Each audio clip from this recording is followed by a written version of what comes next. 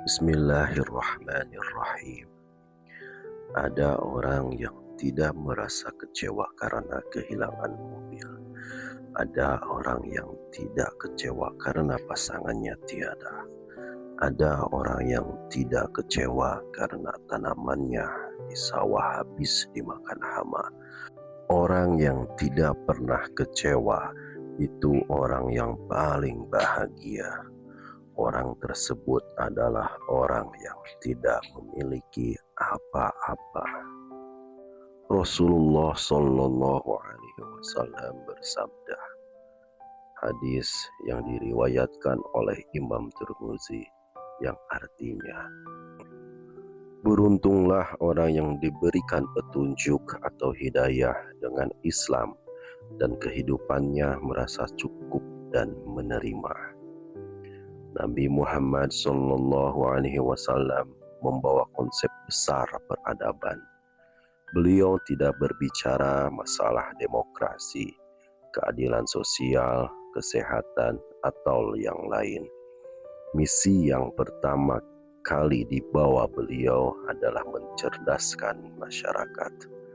Turunnya perintah pertama kali yaitu Iqra dalam surah Al-A'laq yang menunjukkan skala prioritas ajarannya. Orang yang sudah cerdas sangat sulit dibohongi dan tidak mudah dipaksa-paksa.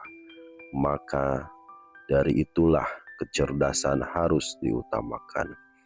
Kita membuat sistem apapun, kalau tidak seimbang dengan tingkat intelektualitas masyarakat, maka sistem tersebut pasti akan macet. Misalnya, di suatu daerah dipasang telepon koin, tetapi hanya berselang seminggu sejak pemasangan, fasilitas tersebut sudah rusak. Ini terjadi karena rakyatnya belum cerdas. Makanya, cerdaskan dulu masyarakatnya. Jika masih bodoh, sistem apapun diterapkan pasti akan macet. Jika masyarakat sudah cerdas, maka akan membuat sistem yang sesuai dengan tingkat intelektualitas mereka. Di suatu tempat, seringkali gayung hilang, walaupun sudah diikat, ditulisi, dan lain-lain. Ada yang buang air tidak disiram, walaupun sudah dituliskan peringatan agar menyiram kloset setelah buang air besar maupun buang air kecil. Namun, di masyarakat terdidik tidak ada barang hilang. Apa sebabnya? Masyarakatnya sudah cerdas. Iqra sebagai wahyu yang pertama mengindikasikan perintah untuk belajar atau mencari ilmu. Bahkan Nabi Shallallahu Alaihi Wasallam sendiri menyatakan, tolabul ilmi faridah, mencari ilmu wajib. Waktu Nabi Shallallahu Alaihi Wasallam memerintahkan para sahabat untuk belajar, saat itu belum ada pengategorian ilmu, semisal ilmu fiqih, ilmu tafsir, nahwu, shorof, faraid, dan lain-lain. Istilah ilmu agama dan ilmu umum hanyalah simbol formalitas saja. Sesungguhnya tidak ada itu ilmu agama dan tidak ada itu ilmu umum. Lantas, apa yang dipelajari para sahabat ketika itu? Di mana pada masa tersebut belum ada pesantren. Yang ada pada fase tersebut adalah lembaga yang mengajarkan pemikiran Aristoteles, Archimedes, dan berbagai pemikir Yunani lainnya. Banyak juga yang belajar administrasi negara ke Persia atau pengairan ke Mesir. Itu yang mereka pelajari. Artinya, pembedaan ilmu agama dan umum adalah hasil dari paradigma kita sendiri. Bagaimana membentuk pribadi yang berwibawa? Ada yang bilang orang kecil itu indah, little is beautiful. Di dunia ini banyak orang-orang hebat yang postur tubuhnya kecil, seperti Aristoteles, Baharudin Yusuf Habibi, dan Yusuf Kala. Kewibawaan adalah tampilan, tidak jaminan postur tubuh yang besar itu pasti berwibawa. Kewibawaan munculnya dari moralitas. Allah juga memerintahkan Nabi Shallallahu Alaihi Wasallam untuk tampil berwibawa, seperti harus tampil bersih, anggun, rapi, dan mulut tidak berbau. Ketika ada orang yang mulutnya bau, pasti akan menurunkan tingkat kewibawaannya. Oleh karena itulah Nabi Shallallahu Alaihi Wasallam menganjurkan untuk terus bersiwak. Allah juga berfirman, Bismillahirrahmanirrahim, Ya ayyuhal mudaththir, qum fa'anzir wa rabbaka fakabbir wa thiyabaka fatahhir. Yang artinya, wahai orang-orang yang berkemul atau berselimut, bangunlah, lalu berilah peringatan, dan agungkanlah Tuhanmu, dan bersihkanlah pakaianmu. Oleh sebab itu, kita harus menjaga diri agar badan selalu wangi dan berbau sedap. Bagaimanapun bagus atau cantiknya seseorang, jika keteknya bau, itu akan mengurangi kewibawaannya. Kewibawaan memang banyak aspeknya, termasuk kebersihan dan postur tubuh. Yang tidak kalah penting adalah bagaimana seseorang membangun komunikasi yang baik dengan sesama, human relation. Aspek kebersihan sangat diperhatikan juga oleh Nabi Shallallahu Alaihi Wasallam. Sehari-harinya di kantong beliau tersimpan siwak, sisir, dan kaca. Ketika hendak menemui seseorang, beliau bercermin terlebih dahulu. Bila ada rambut yang belum rapi, maka dirapikannya terlebih dahulu. Bersiwak tidak ketinggalan. Para sahabat sendiri menyatakan bahwa sehabis bersalaman dengan Nabi Shallallahu Alaihi Wasallam, bau wangi beliau seminggu tidak hilang-hilang. Bahkan ketika beliau masuk ke dalam suatu ruangan, gelombang aroma wangi beliau mengendap di sana. Kewibawaan tidak bisa diartikan sebagai sesuatu yang seram dan menakutkan. Kewibawaan adalah respek atas penghormatan seseorang kepada kita. Jadi, bukan rasa takut. Berwibawa itu dicintai banyak orang, bukan ditakuti. Rasa cinta itulah sesungguhnya kewibawaan. Hal tersebut berhubungan dengan bagaimana cara seseorang berkomunikasi dengan orang lain. Mungkin kita pernah bertemu dengan seseorang yang belum pernah kita kenal sama sekali, tetapi ketika melihat wajahnya, kita merasa nyaman. Aura wajah itu refleksi dari kepribadian. Kewibawaan tidak bisa dilihat mata, tetapi bahwa seseorang memiliki kewibawaan itu bisa dirasakan oleh hati. Jadi, jika kita ingin dihormati orang lain, jangan pernah menuntut penghormatan dari orang lain. Jangan berharap orang lain menghormati kita, tetapi mulailah dari diri sendiri untuk menghormati orang lain. Jika kita tidak pernah menghormati orang lain, bagaimana orang lain akan hormat kepada kita? Menghormati orang lain itu sesungguhnya menghormati kita sendiri. Jangan sampai terlihat diri kita minta dihormati orang lain. Hal itu malah dirasakan begitu menyebalkan dan menjengkelkan oleh orang lain. Jika ingin terus-terusan dihormati orang lain, seseorang akan menjadi gila hormat. Menghormati orang lain tidak membuat diri kita menjadi rendah. Orang yang terhormat adalah orang yang pandai menghormati orang lain.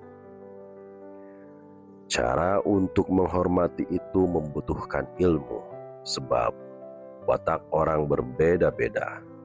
Ada orang yang ingin dihormati dengan disebut gelar akademiknya, gelar ibadahnya, dan lain-lain.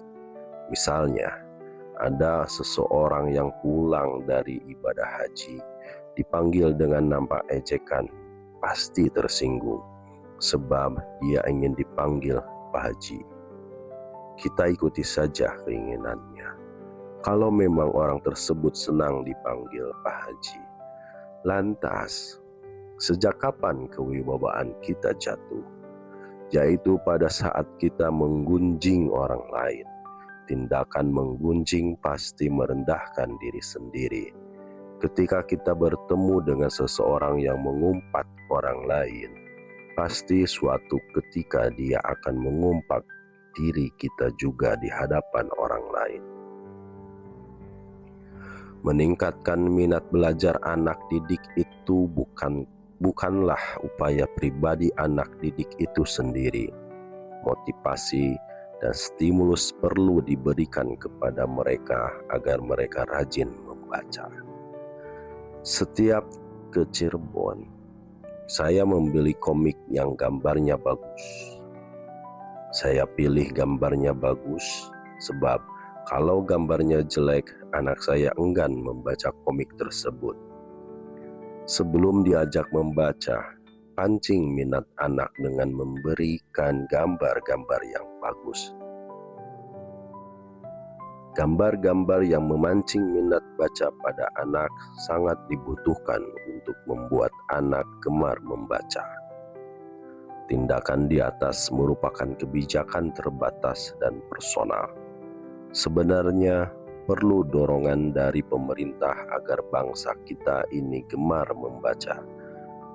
Karena bangsa ini kurang minat membaca, maka ketika pemerintah mensosialisasikan undang-undang dan kebijakan pemerintah untuk tingkat kabupaten saja, misalnya, butuh waktu berbulan-bulan untuk melakukannya. Ini berbeda dengan di London, yang masyarakatnya gemar membaca. Cukup memanggil wartawan, lalu melakukan konferensi pers. Besoknya dimuat di koran. Langkah sosialisasi sudah dianggap selesai. Biaya sosialisasi pun menjadi murah. Akan tetapi, sekarang ini tatkala anak sudah gemar membaca, harga buku malah sangat mahal dan tidak terjangkau. Saya kalau ke kota-kota besar selalu mampir ke toko buku. Yang sering saya jumpai harga buku cukup mahal. Pernah saya membeli buku tipis di sebuah toko buku. Harganya Rp170.000. Cukup mahal.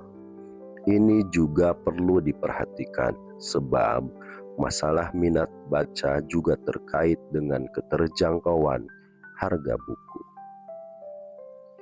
Saya mengimbau kepada ulama dan para ustadz agar jangan memusuhi sains dan teknologi. Sebaliknya, kita harus semaksimal mungkin memanfaatkan sains dan teknologi untuk meningkatkan kualitas hidup anak-anak kita. Apa maksudnya memusuhi sains dan teknologi? Yaitu mengharam-haramkan dengan mengatakan internet, telepon seluler, speaker, televisi, dan sejenisnya itu haram. Kita jangan sampai memusuhi teknologi, tetapi manfaatkan teknologi seoptimal mungkin. Lantas, bagaimana dengan penggunaan media sosial? Kita harus bisa memanfaatkannya dengan baik. Dengan membuat channel di YouTube, misalnya, Pengajian bisa ditonton seluruh dunia, sehingga upaya dakwah jadi lebih efektif. Kita dulu kalau ingin menghafalkan Al-Quran, harus berwudu terlebih dahulu agar bisa memegang mushaf. Namun sekarang sudah ada ponsel yang membantu dengan menyediakan aplikasi mushaf Al-Quran. Jangan malah mundur ke belakang dengan mempertanyakan hukum penggunaan sains dan teknologi. Misalnya bertanya-tanya, kalau memegang ponsel berisi mushaf, apakah harus berwudu atau tidak? Teknologi dengan sisi baik dan buruknya harus kita hadapi dan selesaikan. Jika kita mengharamkannya, itu namanya pengecut. Oleh sebab itu, ke depannya pendidikan kita harus diubah. Jangan hanya mengejar nilai kognitif, hanya mengejar kecerdasan otak saja, seperti pelajaran matematika, fisika, biologi, dan lain-lain. Jangan sampai pendidikan moral dan pembangunan personalitas kita tidak jelas. Pendidikan kita harusnya pendidikan normatif, bukan deskriptif. Jika anak kita sudah cerdas secara moral atau memiliki moralitas yang baik, maka dia akan mampu memilih sendiri mana yang baik dan mana yang buruk tanpa harus diawas-awasi. Jika pendidikan hanya mengejar aspek kognitif, memang anak menjadi pintar secara akademik, tetapi bodoh secara moral. Jadi, pendidikan moral itu lebih perlu. Madrasah adalah pendidikan normatif. Berbeda dengan sekolah biasa yang lebih bercorak pendidikan deskriptif. Misalnya, ketika guru sekolah biasa mengajar materi sholat, bagi mereka yang penting muridnya hafal gerakan dan bacaannya, sedangkan si anak mengerjakan sholat atau tidak, itu bukan urusan guru. Kalau madrasah, mereka tidak hanya mengajarkan materi sholat, tetapi mengajarkan sampai anak tersebut mau mengerjakan sholat.